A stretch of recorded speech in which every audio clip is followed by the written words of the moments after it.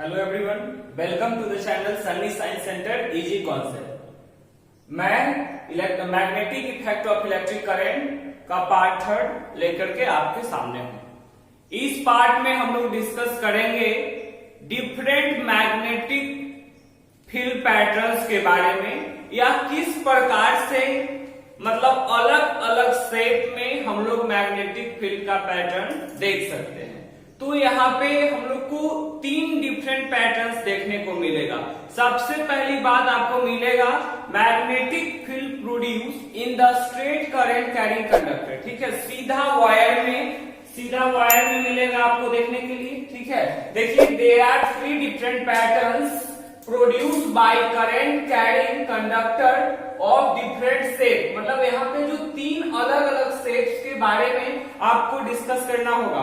तो सबसे पहली बात कि ऑलरेडी इसको हम इंट्रोडक्शन करवा चुके हैं। ये चैप्टर क्या कहता है? Magnetic effect of electric current, यानी कि whenever current flows through conductor then magnetic field is produced around it is known as magnetic effect of electric current, है ना। और मैग्नेटिक फील्ड ये भी जानते हैं वो क्या होता है? The region around a magnet in which its influence can be experience, है ना। मैग्नेट के चारों तरफ का क्षेत्र जहां पे उसका प्रभाव देखने को मिलता है। तो ये बात हुई कि आप कितने तरह के, तो सबसे पहली बात इसमें बता रहा है स्ट्रेट करंट कैरिंग कंडक्टर, है ना। ये देख रहे हैं, ये स्ट्रेट करंट कैरिंग कंडक्टर हो गया। तो इसमें मैग्नेटिक फील्ड पैटर्न्स के बारे में बात किया जाएगा। दूसरा है वो सर्कुलर लूप। तो सर्कुलर लूप कुछ नहीं होता है, इसको देखिए, इसे हम कहते हैं सर्कुलर लूप। कोई भी स्ट्रेट वायर को सर्किल को शेप देना ही सर्कुलर लूप कहलाता है। ठीक है, और थर्ड में डिस्कस किया जाएगा सोलेनॉइड के बारे में। जैसे सोलेनॉइड होता क्या है, तो आपको वो जनरली मतलब एक सॉफ्ट आयरन कोर लिया जाता है और उसपे कॉपर वायर लपेटा हुआ रहता है, जस्ट लाइक दिस। अगर इस प्रकार से नहीं भी किए तो आपको क्या करेगा, एक सिंपली इसको शेप दे सकता है ना। इस वायर को इस प्रकार से आपको शो कर सकता है। ठीक है, ये हो गया आपका सोलेनॉइड के बारे में। व्हेन वी विल कनेक्ट और ना इसको जब कनेक्ट करेंगे बैटरी के साथ, तो इसके चारों तरफ मैग्नेटिक फील्ड उत्पन्न होगा। ठीक है ना, क्योंकि चैप्टर का ही नाम है magnetic effect of electric current, यानी जब भी करंट बहना शुरू होगा तो उसके चारों तरफ मैग्नेटिक फील्ड उत्पन्न होता है। तो देखिए यहाँ पे बोलेगा कौन कौन सा पॉसिबल हो सकता है। तो सबसे पहली बात, magnetic field straight current carrying conductor में भी उत्पन्न होगा। दूसरा a circular loop carrying conductor, है ना। मतलब कहने का मतलब क्या हो गया कि जैसे कि कोई सर्कुलर लूप है, यानी कि वायर है, तो सर्किल का शेप दे दिए, अगर उससे भी करंट पास करवाएंगे तो उस केस में भी मैग्नेटिक फील्ड उत्पन्न होगा। ठीक है, और थर्ड जो है आपका ए सोलेनॉइड है ना। सोलेनॉइड में किस प्रकार से उत्पन्न होगा। तो ये सारा जो है डिफरेंट मैग्नेटिक फील्ड पैटर्न्स के बारे में, मतलब अलग अलग कंडक्टर में अलग अलग शेप के अनुसार किस प्रकार से मैग्नेटिक फील्ड डेवलप होते हैं, उन्हीं के बारे में डिस्कस करेंगे। तो सबसे पहले डिस्कस करेंगे हम लोग magnetic field pattern due to straight carrying conductor या स्ट्रेट कैरिंग करंट, है ना। मतलब कह रहा है कि सबसे पहली जो यहाँ पे सीधी तार में, यानी कि जो स्ट्रेट करंट कैरिंग कंडक्टर है, उसमें हम किस प्रकार से मैग्नेटिक फील्ड उत्पन्न होते हैं उसके बारे में डिस्कस करेंगे। उसके लिए आपको करना क्या होता है कि आपको एक कार्डबोर्ड लेना है। अब कार्डबोर्ड में क्या करना है, वायर को इस प्रकार से पास कर देना है। ठीक है, देख रहे हैं, वायर को इस प्रकार से पास कर देना है, और ये दोनों वायर का जो टर्मिनल होता है उसको आप बैटरी से अटैच करोगे। तो बैटरी से अटैच करेंगे, जब करंट बहना शुरू होगा तब क्या होगा कि इसके चारों तरफ मैग्नेटिक फील्ड उत्पन्न होंगे। ठीक है, इसके चारों तरफ मैग्नेटिक फील्ड उत्पन्न होंगे और वो कुछ इस प्रकार का शेप लेगा, और इसको क्या कहते हैं कि कॉन्सेंट्रिक सर्किल कहा जाता है। और इसका जो सेंटर जो होता है ना, सब जितना भी सर्किल बनता है, कॉन्सेंट्रिक सर्किल होता क्या है, वैसा सर्किल्स जिसका रेडियस, मतलब इसका सेंटर जो है एक ही हो, है ना। रेडियस अलग अलग हो सकता है लेकिन सेंटर क्या हो, सेम होता है, उसको कॉन्सेंट्रिक सर्किल कहते हैं। तो ये क्या होगा, इस प्रकार से कुछ इसका शेप लेगा, यही इसका क्या हो जाएगा, magnetic field pattern due to straight current carrying conductor. मतलब सीधा वायर में जो मैग्नेटिक फील्ड उत्पन्न हो रहा है वो कॉन्सेंट्रिक सर्किल होता है। तो देखिए यहाँ पे मैंने डिस्कस किया है कि magnetic field around a straight current carrying conductor are concentric circle. मतलब जो मैग्नेटिक फील्ड उत्पन्न होता है स्ट्रेट करंट कैरिंग कंडक्टर सीधा वायर में, वो कैसा है, कॉन्सेंट्रिक सर्किल है ना, मतलब जिसका सेंटर सेम हो, ठीक है ना, वैसा सर्किल यानी सर्कुलर फॉर्म में। अब ए क्या है आप देखिएगा तो क्या कह रहा है, magnetic field around a straight current carrying conductor है ना are concentric circle, a concentric circle है which center lie on the किस चीज पे लाई करता है, the nature of magnetic field in the circular।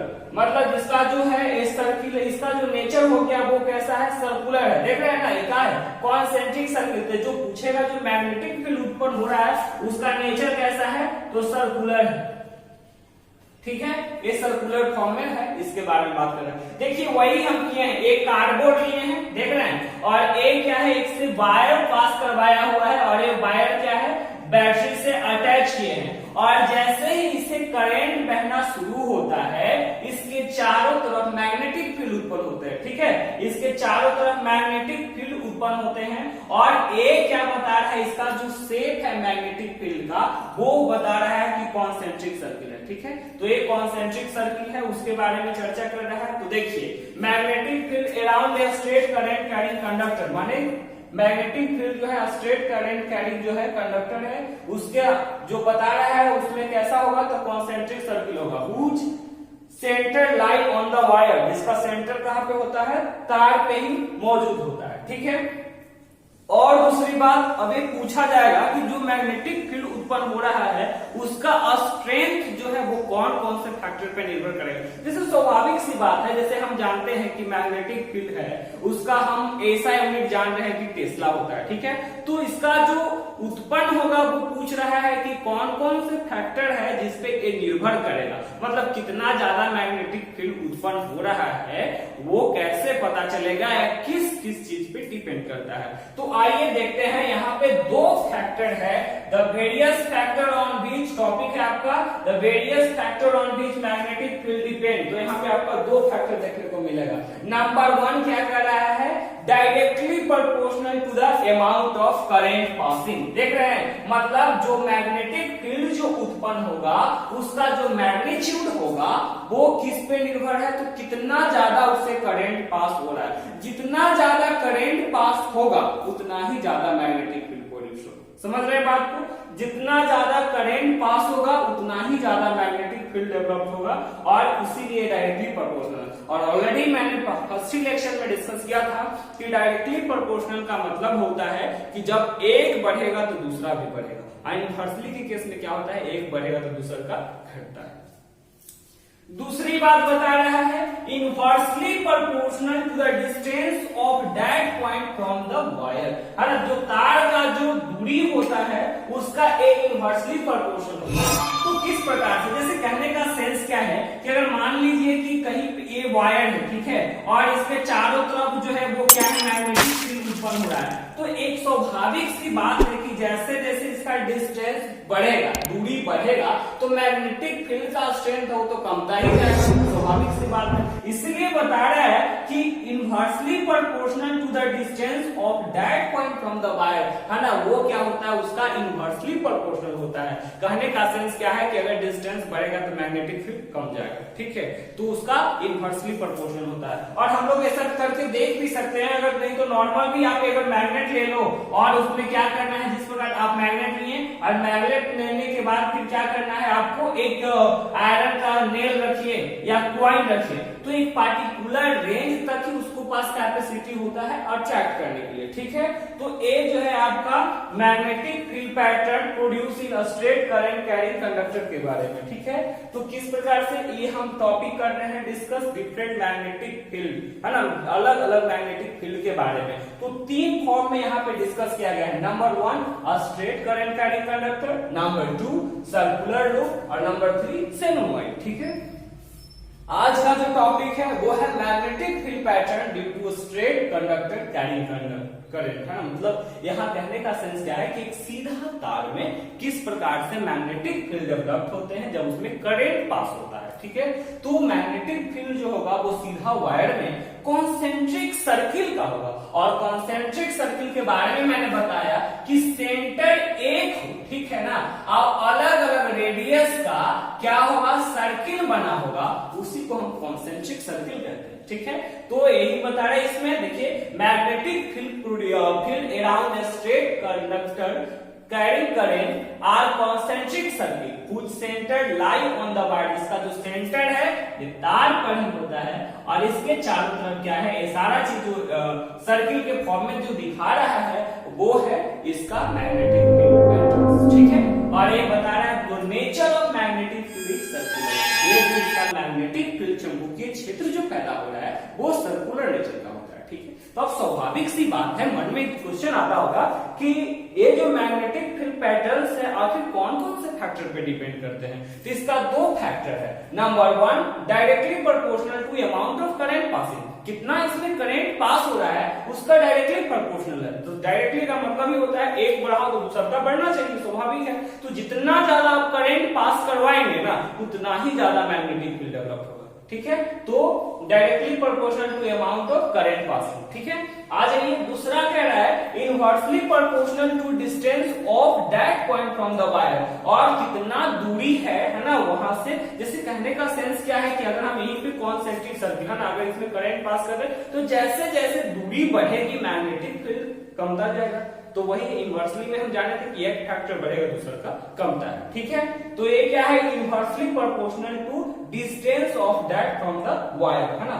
जो दूरी का हो जाता है वो इनवर्सली प्रोपोर्शनल हो जाता है। इसके बाद यहाँ पे आ गया कि अब मैग्नेटिक फील्ड उत्पन्न हो रहा है तो उसका हम डायरेक्शन किस प्रकार से फाइंड करेंगे। तो कह रहा है direction of magnetic field produce in a straight conductor carrying current can be given by Maxwell right hand thumb rule. Maxwell के द्वारा एक राइट हैंड थंब रूल दिया गया है, उसी के अनुसार आप डायरेक्शन पता लगा सकते हो कि ये जो मैग्नेटिक फील्ड उत्पन्न हो रहा है उसका क्या डायरेक्शन है, ठीक है। तो इसका डायरेक्शन के लिए हमको एक नियम याद करना होगा, और उस नियम को जो दिए थे वो कौन है, मैक्सवेल, है ना। और उन्हीं के नाम पे है ये Maxwell right hand thumb rule. वो क्या कहते हैं, जैसे कहने का सेंस क्या है, वो कहते हैं कि इमेजिन, आप कल्पना कीजिए कि you are holding the current carrying conductor, है ना। आप एक करंट कैरिंग कंडक्टर को क्या कर रहे हैं, होल्ड किए हुए हैं, पकड़े हुए, ठीक है। इन योर राइट हैंड, याद रखना कहा राइट हैंड में पकड़े हुए हैं, so that your thumb point in the direction of current, और इस प्रकार से कि आपका जो अंगूठा है वो करंट के डायरेक्शन में है। Then the direction in circle finger, है ना। तो जो इधर उंगली जो मुड़ेगा वो डायरेक्शन देगा मैग्नेटिक फील्ड का, ठीक है ना। अगर मान लीजिए ये मार्कर जो है ये क्या है, करंट कैरिंग कंडक्टर है और इसमें करंट फ्लो हो रहा है, तो आपको थंब को यानी अंगूठा को डायरेक्शन ऑफ करंट यानी करंट के डायरेक्शन में रखना है। तो स्वाभाविक सी बात है जिधर ये सारा उंगली इन सर्किल होगा, मुड़ेगा, वो डायरेक्शन बताएगा मैग्नेटिक फील्ड का। समझ रहे बात को, है ना। यही है इसमें, imagine you are holding the current carrying wire in your right hand so that your thumb point in the direction of current। इस प्रकार की आपका अंगूठा जो है वो करंट के डायरेक्शन में है। Then direction in finger in circle, तब जो उंगली जिधर मुड़ेगा वो किसका डायरेक्शन देगा, तो मैग्नेटिक फील्ड। देख रहे हैं, डायग्राम भी कोशिश किया समझाने के, डायग्राम के साथ आप देख सकते हो, ठीक है। ये राइट हैंड में कंडक्टर पकड़े हुए, ठीक है, और अंगूठा किधर होना चाहिए, डायरेक्शन ऑफ करंट में, है ना। ये याद रखना है कि अंगूठा जो है it should point in the direction of current, है ना। एक करंट के डायरेक्शन में होना चाहिए। वही है यहाँ पे, imagine you are holding the current carrying wire in your right hand so that your thumb point in the direction of current, ताकि आपका जो अंगूठा है ना एक किस प्रकार से रिप्रेजेंट करता है, तो डायरेक्शन ऑफ करंट को रिप्रेजेंट करता है।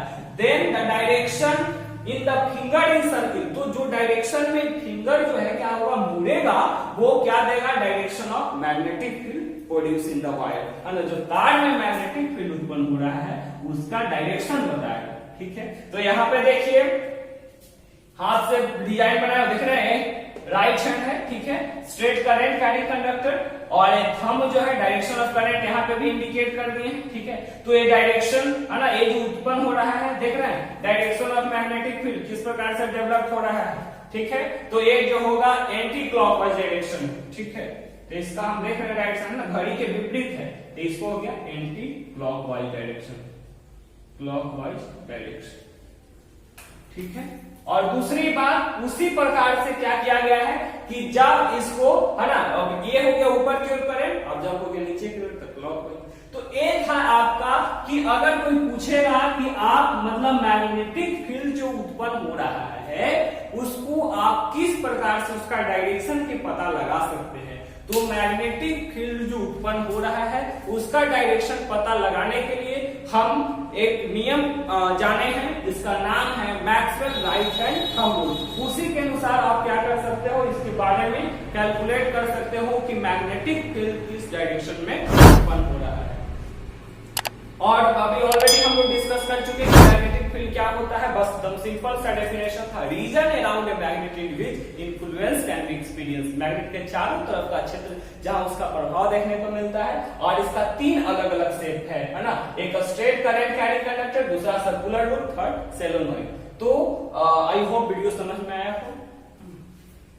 Thank you.